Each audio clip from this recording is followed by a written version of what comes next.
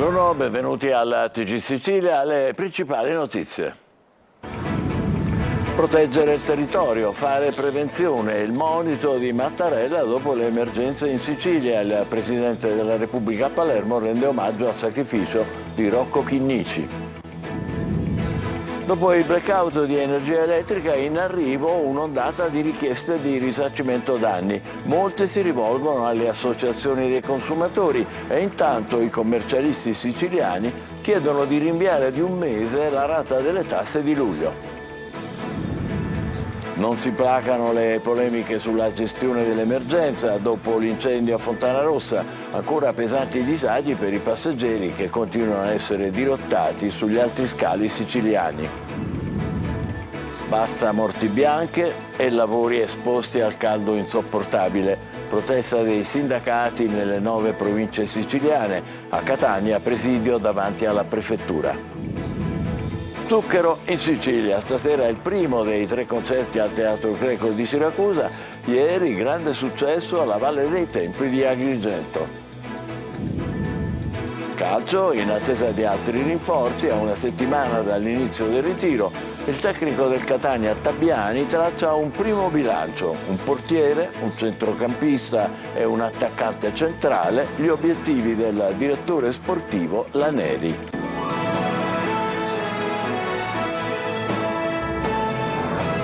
Bentornati, il Presidente Mattarella ammonisce: l'ambiente e la natura sono una risorsa preziosa da tutelare con rigore attraverso un impegno costante nella cura del territorio e mirate azioni di prevenzione. Questa mattina il Presidente della Repubblica ha partecipato a Palermo a un seminario in memoria del giudice Chinnici, ucciso dalla mafia 40 anni fa nella strage di via Pipitone Federico. Marco Gullà. Ricordo e continuità a 40 anni di distanza, continuità per il metodo di lavoro che aveva Rocco Chinnici e il messaggio che arriva dal seminario di questa mattina al Tribunale di Palermo alla presenza del Presidente della Repubblica Sergio Mattarella in occasione del 40° anniversario dell'uccisione per mano mafiosa del giudice Rocco Chinnici. Domani saranno 40 anni per il procuratore nazionale antimafia Giovanni Melillo. Il metodo di Chinnici era innovativo, ancora persistente nonostante siano passati tanti anni. Una giornata ricca di importanza e significato per il figlio di Chinnici, oggi presente al seminario. È nato tutto qui, è nato 40 anni fa al piano di sotto, all'ufficio istruzione del Tribunale di Palermo, quando papà Rocco Chinnici diventò capo dell'ufficio istruzione in una stagione estremamente drammatica. Avevano da poco ucciso Boris Giuliano, Cesare Terranova, erano i primi del 1980 e papà comprese che per contrastare un fenomeno che era sempre più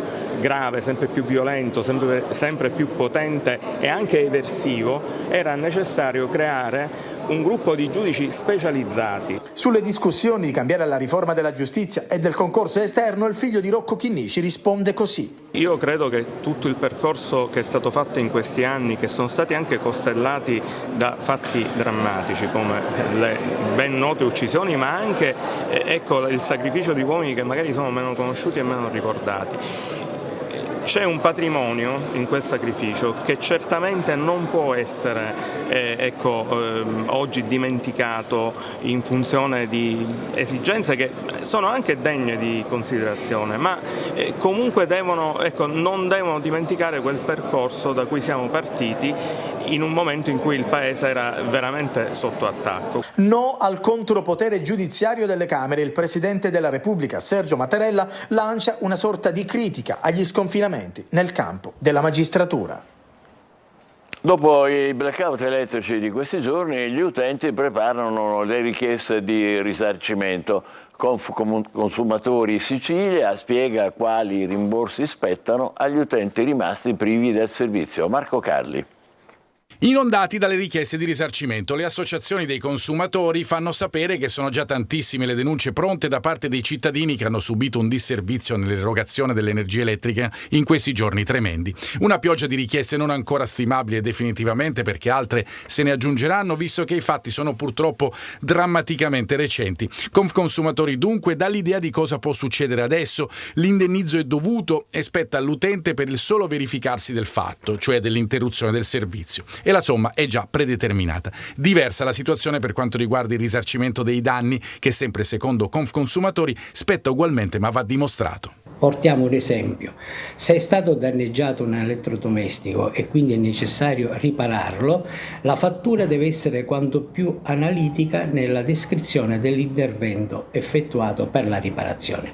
Se invece l'elettrodomestico è stato irrimediabilmente danneggiato e quindi deve essere sostituito, la fattura di acquisto di quello nuovo è conservare quello vecchio danneggiato. C'è poi la questione degli alimenti andati a male per il mancato funzionamento dei frigoriferi dovuto proprio all'assenza di energia elettrica.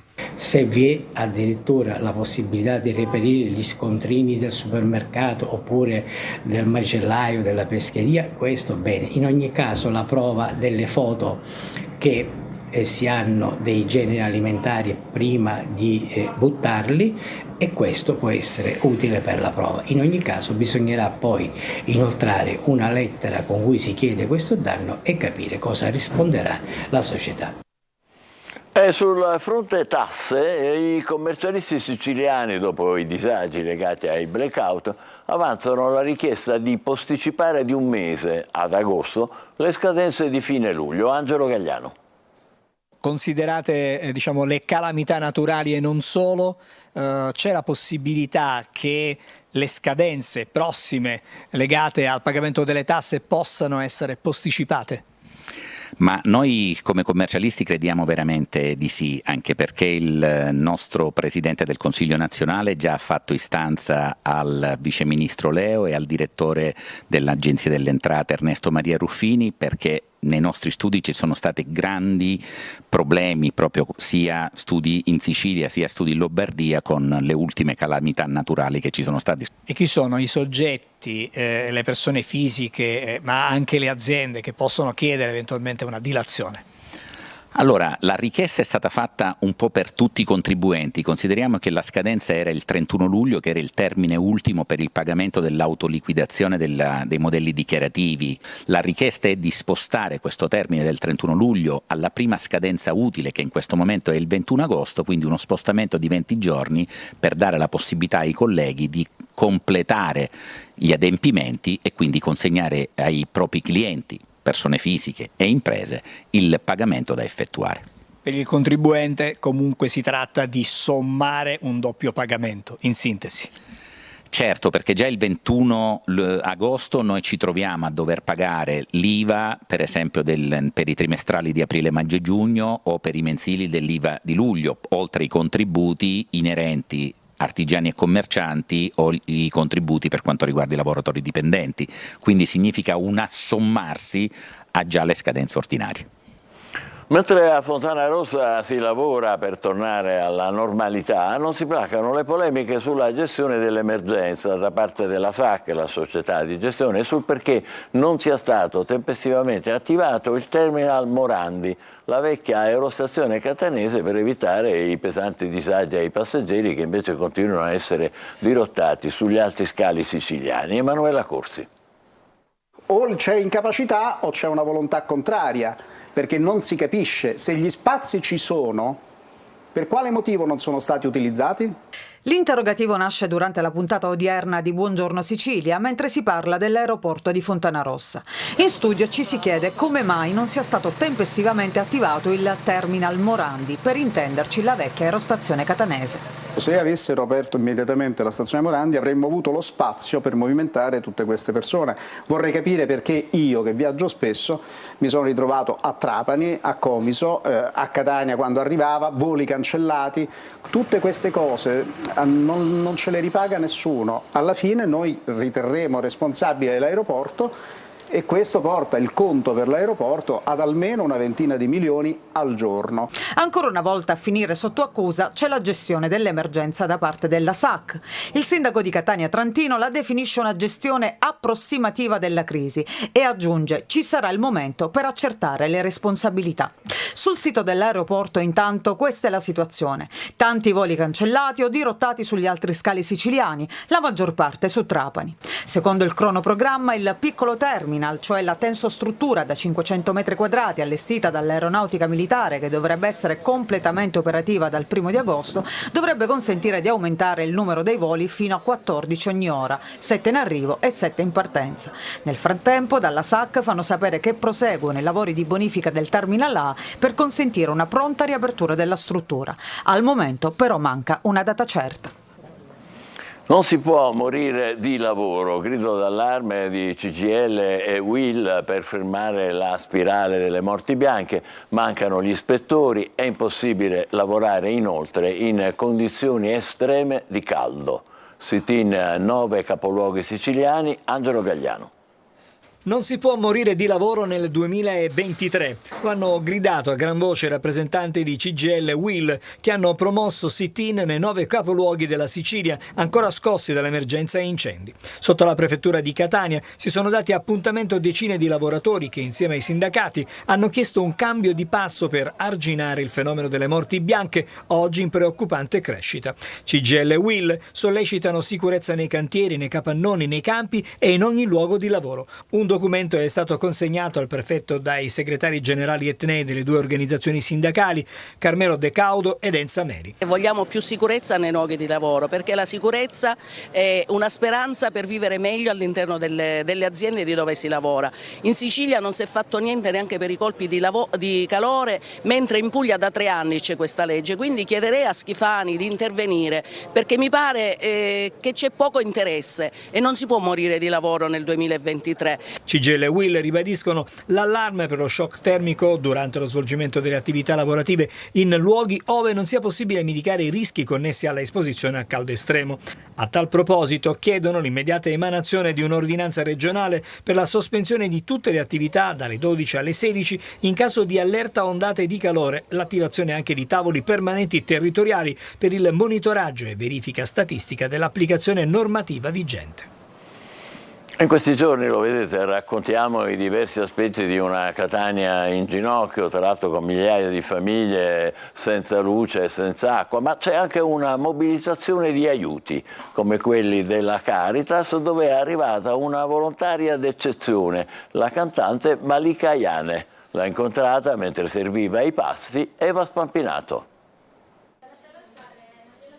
Ha voluto dare il suo contributo, aiutare, essere vicina ai disagi e alle difficoltà che i catanesi stanno vivendo in questi difficilissimi giorni e che lei stessa ha toccato con mano atterrando a Catania. Malika Ayane, una delle voci più belle della musica italiana, avrebbe dovuto presentare in città il suo primo libro, ma per rispetto e sensibilità ha ritenuto opportuno annullare l'evento. E così. E leggendo della disponibilità degli spazi da parte dell'amministrazione comunale alle Ciminiere, che è il primo posto in cui io sono stata a Catania a cantare ormai 15 anni fa, e ho pensato di venire a curiosare sul come la città si rende utile per la città, e quindi inevitabilmente sono capitata qua ed è stato istruttivo, devo dire. L'artista milanese si è unita ai volontari della Caritas, che in questi giorni hanno raddoppiato i loro sforzi per sopperire anche alle esigenze di quanti non avevano acqua e luce in casa e hanno usufruito dei pasti della Caritas diocesana negli spazi delle Ciminiere o qui nella mensa di Viale Africa. Non è tanto un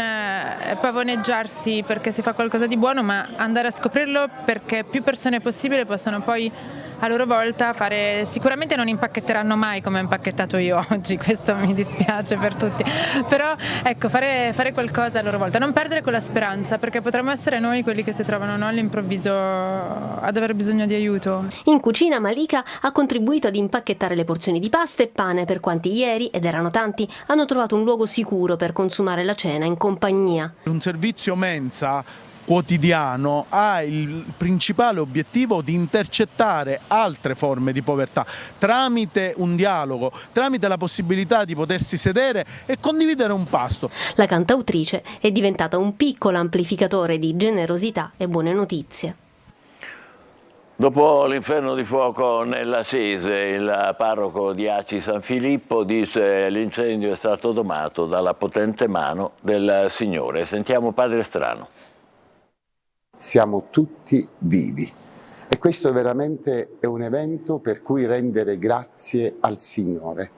Un evento che poteva avere effetti ben più disastrosi è stato veramente domato dalla potente mano del Signore, Ecco perché abbiamo avvertito l'esigenza di 2 giorni di preghiera, di ringraziamento al Signore, alla Vergine Santissima e al nostro Santo Patrono.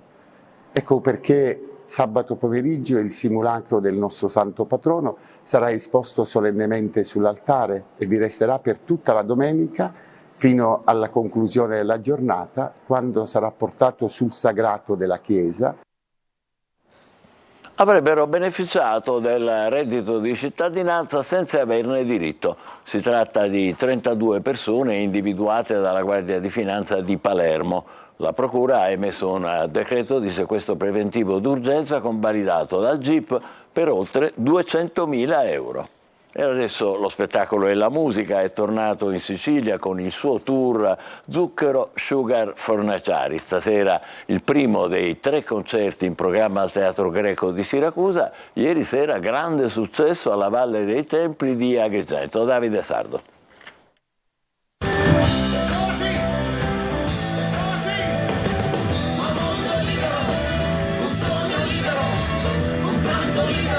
Grande successo ad Agrigento per la prima data siciliana del 2023 del World Wild Tour di Zucchero Sugar Fornaciari.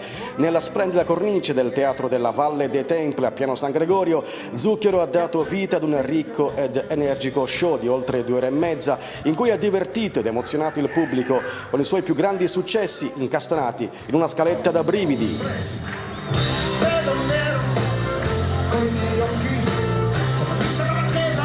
Sold out per la prima del concerto siciliano del cantante reggiano, un pubblico eterogeneo, un incontro tra generazioni, quello che si poteva ammirare in platea e sulle tribunette. Zucchero è un artista internazionale molto bravo. Quale canzone ti piace maggiormente di Zucchero? Ma svariatissime. Baila Morena. Che fa come? Baila, baila Morena, sotto questa luna piena. Ad accompagnarlo sul palco una super band internazionale composta tra gli altri da Polo Jones, K. Dyson, Peter Vettese, Mario Schiliro e Adriano Molinari. Zucchero sarà in concerto stasera, domani e dopodomani al Teatro Greco di Siracusa, dove anche lì è già sold out.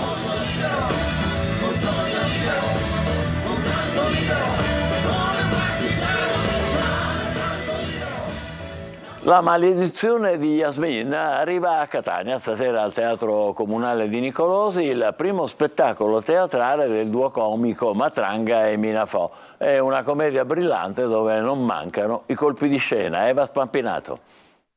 Mamma, non ti preoccupare, non mi hanno arrestato perché mi vede nel telegiornale, poi pensa male. Mettete insieme un ladro imbranato, un playboy bugiardo, una statua maledetta e la notte al museo, piena di risate e risvolti comici, è servita. Dopo il debutto trionfale, tutto sold out. Eccolo il nuovo spettacolo di Matranga e Minafò, La maledizione di Jasmine, che stasera va in scena al Teatro Comunale di Nicolosi, Villa Anselmi. Il duo comico porta la commedia teatrale per la prima volta fuori dalla provincia di Palermo. Ci saranno anche dei comici di Sicilia Cabaret che reciteranno con noi in questa bellissima commedia. Quindi vi che si chiamano? Chi sono? Si chiamano Claudione Di Giovanni, Dai La Pace e Loredana Scalia. Vi aspettiamo questa sera, numerosissimi, non mancate. Ciao. Beh, da non perdere davvero. Breve pausa, poi le parole di Tabbiani dopo i primi allenamenti del Catania. State con noi.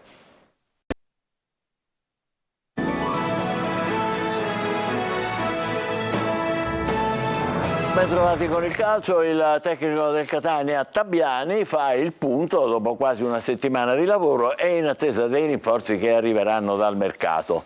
Con il portiere al momento in primo piano, Marco Carli.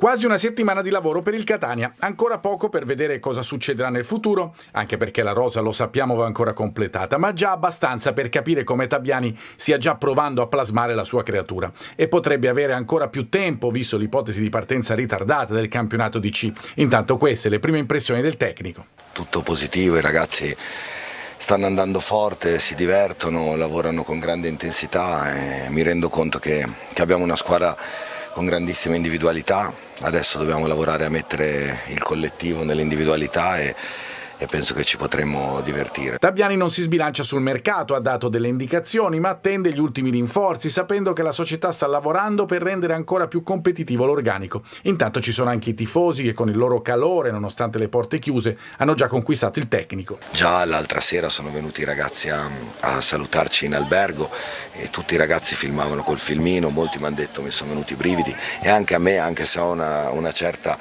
età, non è che sono proprio un decrepito, però inizio ad avere una certa età, devo dire la verità che mi ha colpito, era un po' che non vivevo determinate sensazioni e mi ha reso orgoglioso di essere qua. In attesa ci sono i colpi che costituiranno l'ossatura dell'11 di partenza, quelli che insieme a Ladinetti andranno a costituire la spina dorsale della squadra. Vicino il portiere Dini, Furlan, c'è anche Del Frate della Pro Sesto, ma attenzione al colpo a sorpresa. In difesa c'è Golemic che ha però altri pretendenti, si segue Quaini mentre Marconi ha definito solo voci, quelle relative al Catania. E poi c'è la punta su cui si lavora da tempo, novità attese la prossima settimana. Il Catania Beach Soccer vince 4-2 il derby con il Catania SSD e approda alle semifinali scudetto in programma sul litorale di Viareggio. Stracittadina come da pronostico, incerta nelle fasi iniziali, in avvio di seconda frazione il punteggio è ancorato sull'1-1, ma la squadra del presidente Bosco, in maglia scura, trova l'allungo decisivo nel finale del tempo. In 4 minuti arrivano 3 gol, la doppietta di Perciamontani e la rete di Farigna. A poco serve la seconda marcatura del Catania SSD con Eudin. In semifinale ci va il Catania Beach Soccer.